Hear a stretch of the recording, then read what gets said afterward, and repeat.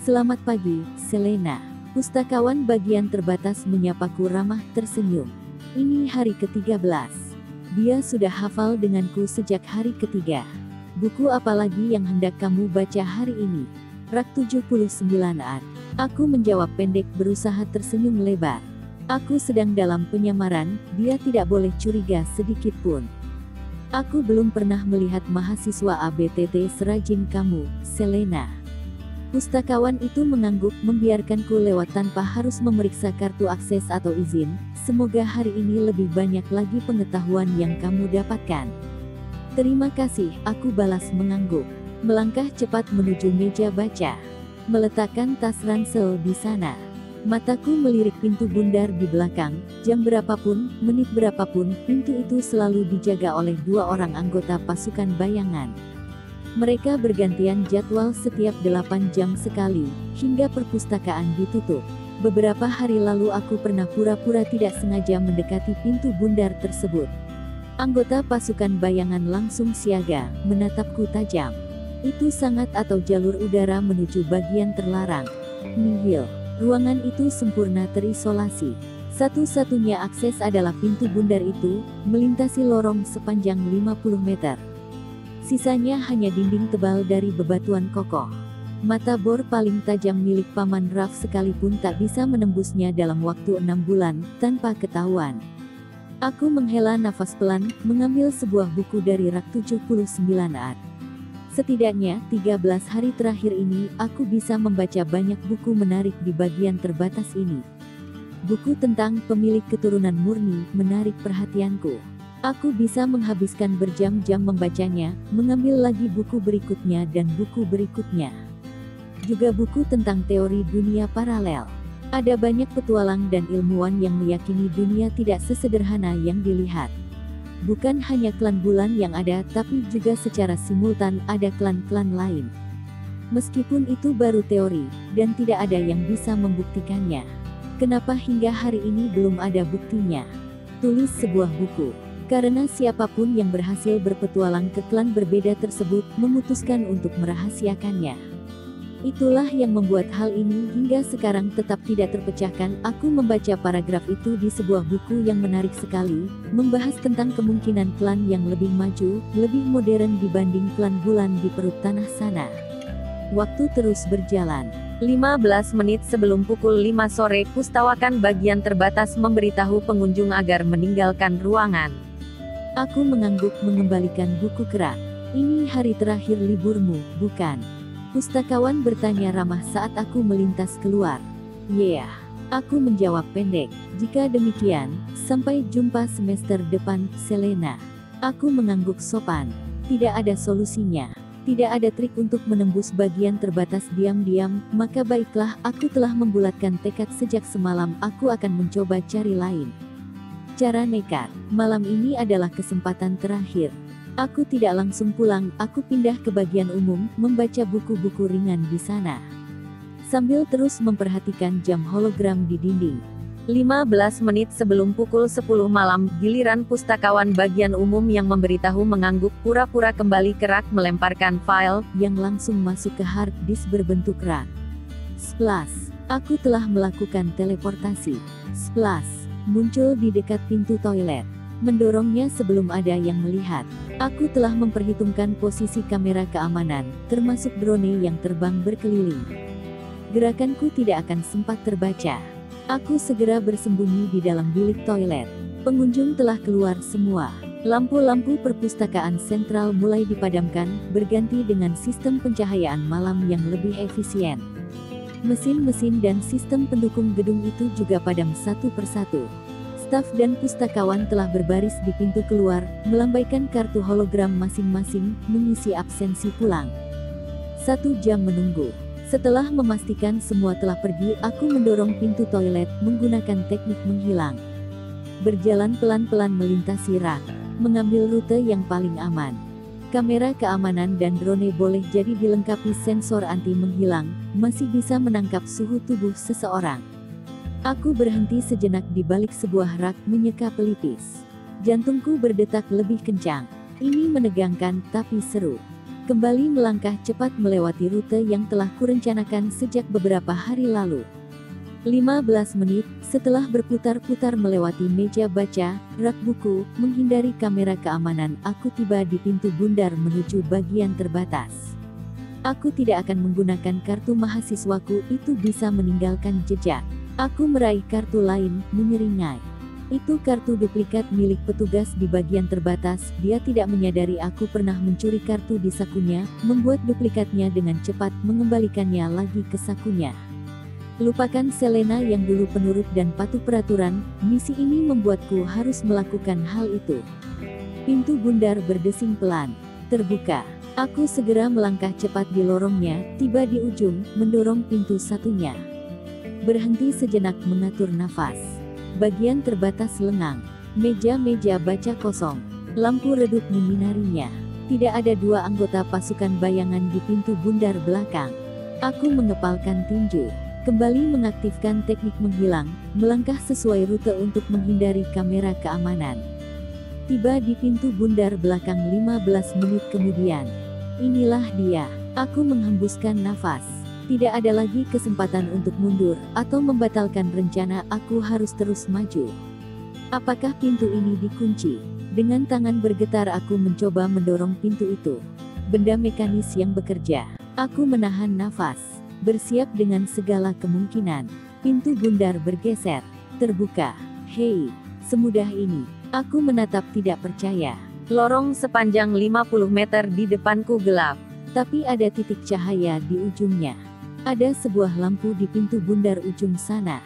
Baiklah, aku akan melesat cepat menuju ujung lorong.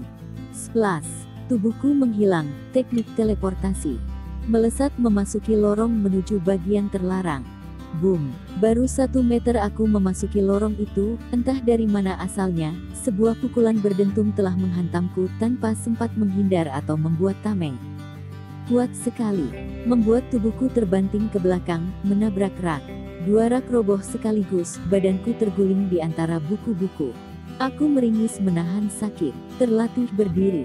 Itu serangan yang sama sekali tidak kuduga. Aku melangkah mendekati pintu bundar itu lagi. Berdiri, menatap kegelapan di dalamnya. Siapa yang menyerangku? Tidak ada siapa-siapa di sana. Lorong ini sepertinya dilengkapi sistem keamanan mematikan. Aku mengepalkan tinju. Aku akan mencobanya lagi, lebih cepat, lebih kuat. Menggigit bibir, splash. Tubuhku menghilang. Boom, cetar. Aku berteriak, tubuhku kembali terpelanting. Lagi-lagi hanya 1 meter. Pukulan berdentum itu kembali datang, aku sempat membuat tameng transparan yang langsung meletus. Dan kali ini, bukan hanya pukulan berdentum, menyusul sambaran petir biru, langsung menghantamku. Beruntung hanya menyambar lenganku. Ini gila. Bagaimana lorong ini bisa mengeluarkan petir? Itu teknik bertarung dari mana? Tidak ada penduduk klan bulan yang bisa melakukannya. Atau itu diciptakan oleh benda mekanis yang melindungi lorong ini? Aku menepuk-nepuk debu di pakaian, menyisir rambut keritingku. Tubuhku terasa remuk, melangkah patah-patah mendekati mulut lorong. Sekali lagi, aku akan mencobanya. Aku menggeram, mengumpulkan seluruh tenaga. Splash, tubuhku menghilang. Aku berhasil maju 2 meter, ketika seperti ada tangan yang tak terlihat menangkapku, lantas melemparkanku keluar. Seperti teknik kinetik jika teknik itu ada. Aku lagi-lagi kembali ke mulut lorong. Biru yang lebih terang. Sama sekali tidak bisa kuhindari. Aku berteriak ngeri, sekaligus menahan rasa sakit di sengat petir biru. Tubuhku terbanting jatuh, menabrak 2 rak lain. Pakaianku terbakar, gosong. Rambut keritingku berdiri. Darah segar keluar dari mulutku. Kakiku patah.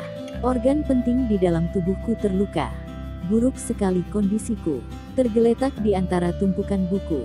Debu mengepul, membuat sekitar seperti berkabut. Aku hendak bangkit duduk, tapi tenagaku habis. Perlahan-lahan, kesadaranku mulai menghilang.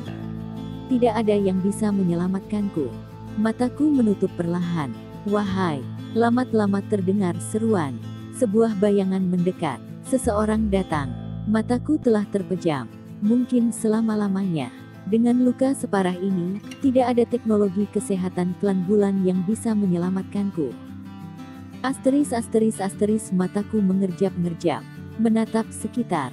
Aku bisa melihat tembok ruangan yang terbuat dari batu bata tanpa diplester dan lantainya dari batu kasar tempatku terbaring.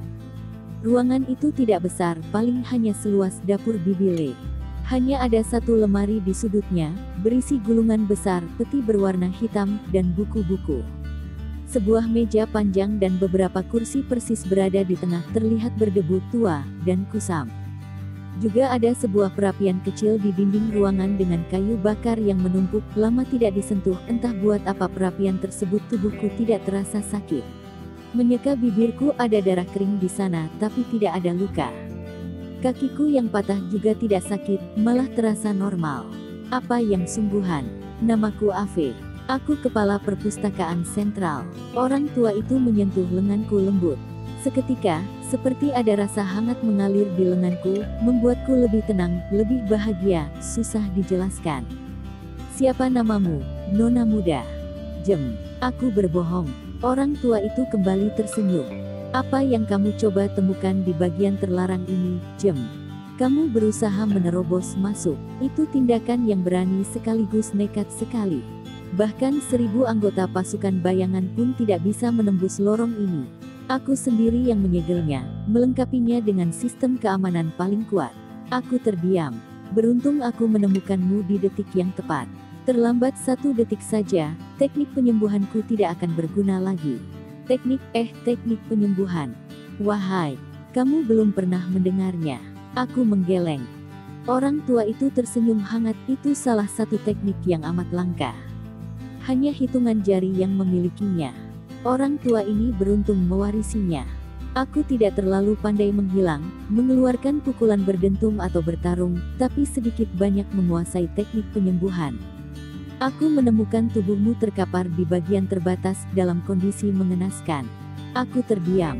Ini sedikit melegakan sekaligus membingungkan. Lega karena aku berhasil diselamatkan, bingung karena kenapa kepala perpustakaan ini justru menyelamatkanku, orang yang nekat menerobos bagian terlarang. Bukankah dia seharusnya melapor ke pasukan bayangan? Tubuhmu menarik sekali, Jem. Maksudku aliran darahnya. Orang tua itu masih menatapku. Jika orang lain memiliki aliran darah normal, milikku mengalir 2 arah. Jika aliran darahmu mengalir terbalik, maka seluruh kemampuan teknik bertarungmu akan lumpuh. Tenang saja, aku tidak membaliknya saat menyembuhkanmu tadi. Aku justru terpesona, ini kasus baru bagiku. Apakah aku akan dipenjara? Wahai, orang tua itu tertawa pelan, buat apa? Setiap tahun, tak kurang dari ribuan pengunjung perpustakaan yang penasaran ingin melihat isi bagian terlarang. Sebagian besar memang hanya tiba di pintu nekat masuk malam-malam. Aku terdiam. Nah, kita sekarang sudah ada di bagian terlarang. Apa yang hendak kamu lihat, Jem? Inilah dia ruangan misterius itu. Orang tua itu berdiri, meraih tanganku, membantuku berdiri. Sejatinya tidak ada senjata pamungkas di ruangan ini. Juga tidak ada benda-benda ajaib, sakti, seperti bisik-bisik para pengunjung. Atau hewan buas, tumbuhan langka. Semua kabar burung yang terlalu dibesar-besarkan itu. Ruangan ini hanya menyimpan catatan lama, peta-peta tua, benda-benda berdebu. Aku menatap sekeliling, lemari, peti, buku-buku, juga meja di tengah ruangan yang berdebu. Ruangan pengap, udara terasa tipis. Mungkin benda paling berharga di sini adalah 2 sarung ini, tapi benda ini tidak akan berguna jika yang mengenakannya tidak cocok. Hanya bisa dipakai pewarisnya. Orang tua itu menunjuk 2 sarung tangan di dalam peti. Atau informasi. Itu juga berharga, dan bisa berbahaya sekali jika jatuh di tangan seseorang yang jahat. Itulah kenapa ruangan ini disegel 1000 tahun lalu, aku sendiri yang melakukannya. Agar orang-orang jahat tidak bisa menggunakan informasi rahasia di ruangan ini. Tidak ada yang boleh membawa pergi benda dari tempat ini. Tapi sepertinya, tidak ada yang perlu dicemaskan dari rasa penasaran seorang nona muda sepertimu. Jika dilihat dari kartu milikmu, bukankah kami mahasiswa Akademi Bayangan tingkat tinggi? Aku mengangguk. Bagaimana dengan dosen-dosen kampusmu? Apakah mereka dosen yang hebat? Aku mengangguk lagi. Ave tertawa. Aku juga ingat, bukankah 3 tahun lalu hampir setiap minggu kamu mengunjungi perpustakaan ini? Aku sesekali memperhatikan antusiasme pengunjung. Dengan tampilan fisikmu yang khas, rambut keriting, lebih mudah mengingatnya. Aku kembali mengangguk. Wahai, karena kamu nyaris tewas memaksa masuk, dan betapa rajinnya 3 tahun lalu kamu mengunjungi perpustakaan ini, menjadi pengunjung yang budiman, aku akan memberikanmu hadiah kecil. Aku akan mengizinkanmu melihat-lihat ruangan ini selama 5 laba-laba. Silahkan, Jem. Waktumu 5 menit. Ini sungguh kejutan hebat. Aku susah payah mencoba mencari cara menembus ruangan ini. Bahkan beberapa menit lalu nyaris tewas. Tapi sekarang, aku justru diberikan kesempatan emas melihatnya langsung. Aku boleh melihat apa saja.